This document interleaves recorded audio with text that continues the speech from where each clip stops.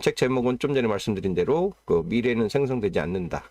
부제가 여기 붙어 있다시피 포스트 AI 시대 문화 물리학자의 창의성 특강이라고 붙어 있습니다. 카이스트에서 선정한 우수 강의로 이렇게 월계관을 하나 좀 씌워 주셨는데 실제로 강의를 해놓은 사례를 이렇게 그 축약해 놓은 걸 두 건이나 이렇게 실어 놓은 거 보면 정말 강의를 재밌게 하시더라고요. 그 스토리가 어떻게 저 얘기가 저렇게 연결이 돼가지고 그 결론이 나오지 싶을 정도로 정말 다방면의 해박한 지식을 가지고 이렇게 연결하는 좀 그런 분이었고, 여기 이제 가보면 그 박주영 교수님이라고 최근 이제 동아시아라는 데서 냈는데, 좀 전에 제가 그 문제 그 개론을 좀 잠깐 언급한 데서 말씀드렸듯이 이 창의력의 크기를 측정할 수 있는 방법이 있는가라고 얘기하면서 마지막에 이제 그 요소, 측정의 기본 그 요소를 두 가지로 듭니다. 새로움이라는 영역 하나하고 영향력이라는 요소로. 그래서 이거를 데이터를 최대한 많이 모아가지고 사전사후 관계의 어떤 특정 작품의 만약 창의성을 만약 우리가 따진다면 그 사전사후 그 작품을 모방했던 작과 그 작품이 영향을 받았던 작품을 비교를 해보면 그 작품의 창의력 정도가 어느 정도든지 상대평가가 가능하다라는 어떤 그런 아주 재미난 이런 측정 방법을 아이디어로 제시를 하거든요. 그래서 전체 아까 말씀드린 대로 5개 장으로 돼 있고요. 첫 번째 보면 미래를 달리는 모터사이클이라는 그 제목으로 진화론부터 시작해가지고 특히 제가 좀 주의 깊게 봤던 거는 이 베이지언 그 베이즈 공식이라고 그래가지고 확률의 가장 기본 원리를 그 제시했던 그 과학자인데 그 지금 소위 말하는 그 인공지능 AI의 그 확률 게임을 가장 그 과학적 기초과학의 토대를 놨던 게 이 베이지 원리거든요. 그래서 이 부분이 어떻게 해서 그 인간이 하나의 어떤 미래를 예측하려고 하는 그 통계학을 만들어냈는지, 그리고 그게 어떻게 이 AI까지 그 적용되는 기초 원리로 적용되는지를 이제 얘기를 하는데, 이 베이지언의 그 베이지 원리를 가지고까지 이렇게 실제 사례를 들은 게 되게 재밌습니다. 그래서 여기 한번 보여드리고요. 그다음에 2장이 어느 새의 초상화를 그리려면이라고 해가지고 여기는 이제 그 예술, 뭐 미술하고 연관되는 얘기도 굉장히 많이 나옵니다. 디지털과 기록이라는 차원에서는 어떻게 인간이 카메라라는 도구를 발명을 해가지고 빛의 과학이죠.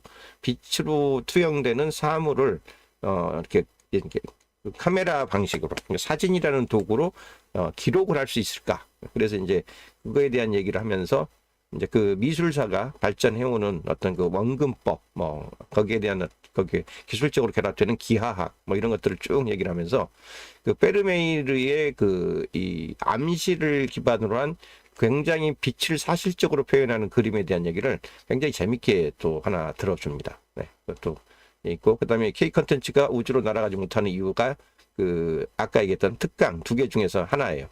그래서 아이들을 대상으로 우리 K컬처가 뜨면서 K미디어가 지금 뭐 오징어 게임부터 시작해가지고 전 세계 그 한류 컬처를 선도하고 있음에도 불구하고 그 헐리우드의 어떤 그 또 대작이나 아니면 우리가 그 주요하게 좀그 기념비적으로 남을 만한 SF 작품들에 못 미치는 부분들이 뭔가, 이제 그런 얘기를 좀 하면서 그 우리 스스로가 탈피해야 될 한계 같은 걸 좀 제시를 하고 있고요.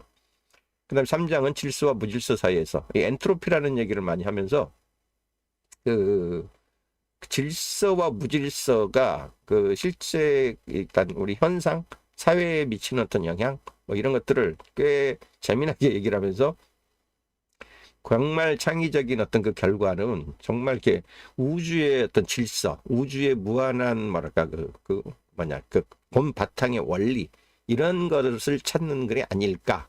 그래서 뭐 쉽게 얘기하면 어떤 뭐 생성 AI니 뭐 이렇게 아주 피상적인 어떤 그런 게 아니라 이 과학자들이 정말 이렇게 유명했던 과학자들이나 그 이름 있는 과학자들이 추구했던 마지막의 결론도 어떻게 보면 그 우주의 질서를 찾는 그런 거였다라는 이제 그런 얘기를 쭉 합니다.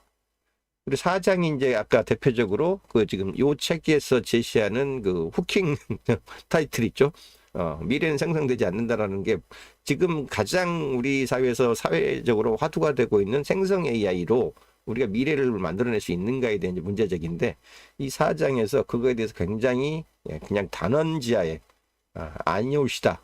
그렇게는 아니 되옵니다. 이제 이런 식으로 거의 본인의 그 문제적인데 결론을 내려버리는 그런 상황이 벌어지거든요. 그래서 언어의 품격, AI와 인문학, 암호화 마음 이렇게 쭉 얘기를 하는데, 이 영역이 이제 AI하고 연관된 본인의 그 주장들이나 의견들을 쭉 모아놓은 장입니다. 그래서 생성 AI의 그 한계, 그 다음에 뭐 가능성, 이걸 한번 좀 보고자 한다면, 기본적으로 AI하고 소통을 하기 전에 인간들 스스로가 어떤 소통의 그 방식과 방법을 찾아야 되는지, 그거부터 먼저 고민해라라는 이제 약간 원초적인 질문을 좀 던지거든요.